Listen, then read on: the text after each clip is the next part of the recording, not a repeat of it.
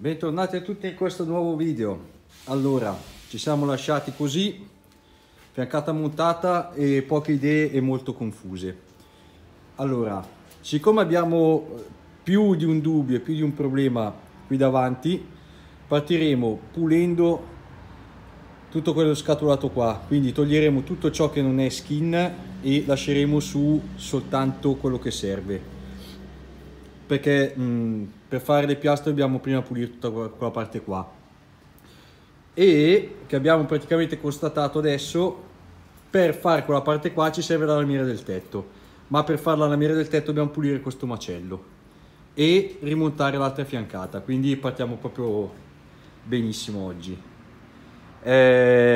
Probabilmente questa puntata la gireremo in 4 giorni, perché per fare quella parte qui, che è la base della costruzione che ci sarà qui davanti, non possiamo toppare.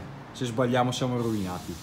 Quindi adesso, flessibile alla mano, puliamo tutto e ci aggiorniamo quando abbiamo pulito di lì e magari montato anche la fiancata di qua, così riesco a spiegarmi meglio su quali sono i problemi che abbiamo riscontrato, ammesso che non ne saltino fuori altri, ovviamente. Dai, come potete vedere è comparsa anche questa lamiera, perché ci serve il riferimento di questa battuta. Poi di là abbiamo iniziato a fare la sagoma, ok? Il pezzettino da qui fino a per terra lo faremo con un altro tipo di ferro e ad angoli stiamo seguendo la linea della macchina. Ci manca soltanto il pezzettino che va da qui al tetto. Poi lo punteremo tutto quanto e questa battuta sarà finita. Poi dovremo fare una cosa più o meno simile di qua. Non monteremo lo scatolato come qui, quindi così, ma lo monteremo per così. Poi quando lo faremo si capirà un pochino meglio. Nel mentre, per poter andare avanti con i lavori, abbiamo recuperato piastra tetto, le 2 battute sotto porta, la piastra anteriore e quel pezzettino lì. Nello specifico, il tetto ci serve perché questo ferro deve andare fin qua sopra, ma ci serve lo spessore da 6 mm, sia di qui che di qui. In più le altre 2 lamiere sono quelle che vanno sotto, quindi qui e qui sotto, oltre a questa qua più fine che abbiamo messo davanti per chiudere. Quindi finiamo questo e poi iniziamo con le lamiere, così le puntiamo su tutte e siamo a posto. Allora, come potrete vedere è comparso il tetto, è solamente puntato per adesso. Ok, allora abbiamo deciso di interromperlo lì, di modo che da qui fino lì in fondo faremo una piastra unica, in quanto qui abbiamo avuto bisogno di sfruttare qualsiasi millimetro di spazio che avevamo per stare il più possibile, vedete, vicino, dove è il mio dito, vicino alla lamiera originale. Quindi essendo qui davanti più largo di lì, o più stretto, una delle due insomma, abbiamo preferito con i monta e smonta giocare solo con questo pezzo di tetto, quindi gli faremo un'aggiunta. Poi abbiamo installato questa piastra, stiamo puntando adesso, questa qui che non mette a fuoco, e ho avuto problemi con l'altra fiancata perché la lama ci ha abbandonato e vedete c'è il pezzo ancora in mossa che non ho finito di tagliare, quindi quella lì sistemiamo la lama e la montiamo, che nello specifico è quella che va installata qui dietro, ok? Quindi adesso finiamo di puntare questa lamiera qui, ok? Abbiamo deciso di interromperla qui e sarà diversa rispetto a quella di là. Questa qui se non sbaglio si ferma all'incirca qui, mentre questa che avete visto adesso si ferma qui, in quanto le lamiere delle 2 fiancate le faremo diverse. Quindi questa andrà da qui fino a qui davanti e praticamente faremo questo taglio storto noi qui sul posto, perché il fabbro ce la fornirà praticamente dritta così, in più già piegata, quindi quel pezzo qua lo tagliamo noi. Di qui invece, che sarà più facile spiegarvelo mentre lo facciamo, qui ci andrà installato il profilo che vi ho detto prima, che è là nella taglierina. La lamiera arriverà soltanto fino a qui, quindi in corrispondenza di questa, in quanto da qui a qui, ok, quindi questo spazio qui andrà fatto storto, quindi non sarà dritto, ma dovremo andare da questo piano a questo, ok, quindi diciamo che ci sarà questo salto per andare fino a qui. Comunque poi mentre lo facciamo si capirà meglio, a parole è un po' complesso da spiegare e il traduttore sicuramente farà quello che vorrà lui. Mentre poi da qui o facciamo una lamiera così, ok, la facciamo piegare già fatta, o andiamo su storti così. Comunque quando sarà tutta quanta impostata si capirà sicuramente meglio.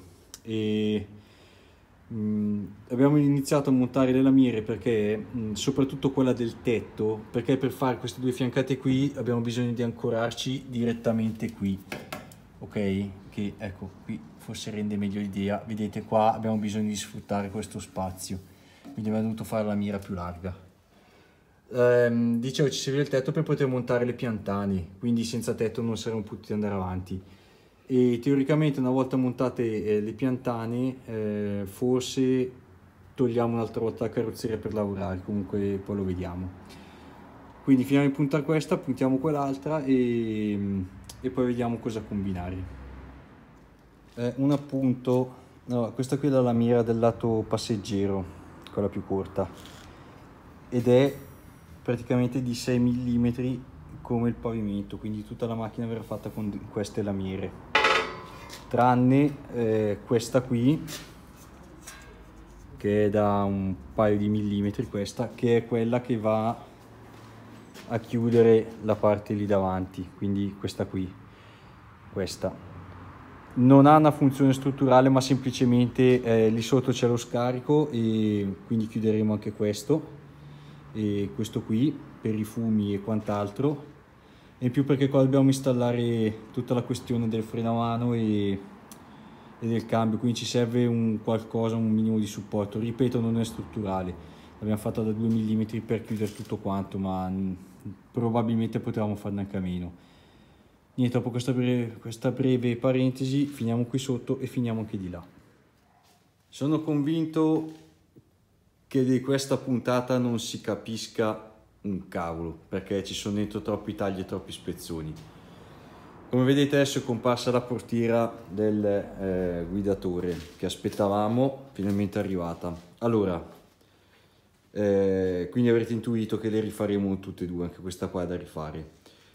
Perché abbiamo bisogno della portiera? Allora, poco fa avete visto un pezzo, poco fa avete visto che stavo, allora saltiamo dentro in macchina, avete visto che stavo parlando di questo profilo, ok, che ha due angoli, quindi questo e questo qui. Diciamo che come è fatto questo pezzo di ferro qui è vincolato dalla portiera e dal cruscotto, quindi per far questo noi avevamo bisogno del cruscotto per mantenere la stessa linea. Per fare il cruscotto avevamo bisogno della portiera, quindi senza la portiera non riuscivamo a avere questa linea praticamente, che ci dà praticamente la parte diciamo perfettamente perpendicolare al pavimento. È una cosa che avevamo supposto servisse, poi con un'attenta considerazione eccetera, perché sono passati circa 2 settimane da quando avete visto l'ultima clip che facevo vedere il tetto puntato, quindi nel mente la parte in cui stiamo qui a pensare le cose la salto sempre, anche perché non si capirebbe un cacchio. Quindi noi dovremo andare a spogliare la portiera del vetro originale e del pannello porta, vedere di portarla al livello di questa per avere questa linea anche di qui, e probabilmente a questo punto qui cambia tutto il gioco, perché probabilmente dovremo partire dando una prima forma al cruscotto e segnando dove andrà a finire il portavetro, quindi dovremmo smontare i vetri dalle portiere vecchie per capire tutte le altezze precise dove vanno, perché facendo così non capiamo niente, continuiamo a guardare le cose 50 volte e non ne arriviamo mai a una. Quindi avevo detto che avrei puntato questa e lì solo appoggiata, la punto. Adesso probabilmente nel mentre che uno pulisce il pannello porta, smonta i portavetri dall'altre portiere eccetera, magari saldiamo il tetto e queste due qui sotto, non lo so. Mi dispiace un casino perché quella lavorazione qui che ho fatto è tutta da buttare via, perché non tornerà sicuramente niente, mentre da quel lato di qui comunque sarà ancora corretta, perché qui verrà fuori il muro per così, quindi non mi interessa niente di quello che c'è lì davanti. Poi lì possiamo studiarla magari anche in maniera diversa, comunque non è un grosso problema. Quindi niente, allora ci rivediamo tra un po', magari con la portiera pulita e qualcosina di saldato, dai. Mi dispiace che ho fatto così tanti tagli e così tanti salti nel tempo dove si perde il filo delle varie lavorazioni. Ad esempio il tetto non vi ho fatto vedere che l'abbiamo tagliato e poi abbiamo montato, però viene anche un po' complicato gestire tutto. Dai, andiamo avanti così. Allora, il tetto è tutto saldato, tutto quanto, ok? Si vede? Spero di sì. Andiamo dall'interno. Ah, dall'interno si vede. Ok, è tutto saldato, compreso tutto questo, interno e esterno, ok?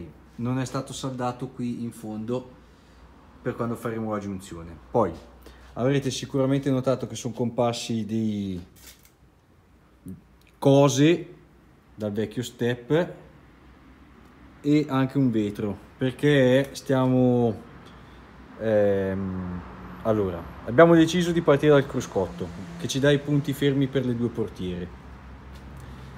Per fare il cruscotto abbiamo avuto dei bei grattacapi e ringrazio tutti gli amici di B-Drag Racing che ci hanno risposto, perché avevamo dei giganteschi dubbi su questa stondatura che non so dove è finito il foglio adesso, vabbè, che è praticamente questo. Non avevamo ben capito il regolamento, vabbè, comunque abbiamo sostanzialmente capito che il punto è la A, quindi da qui o comunque sia da dove partiremo con il cruscotto fino all'inizio della stondatura, quindi è questo punto qua dove c'è il mio dito sporco e mal ridotto.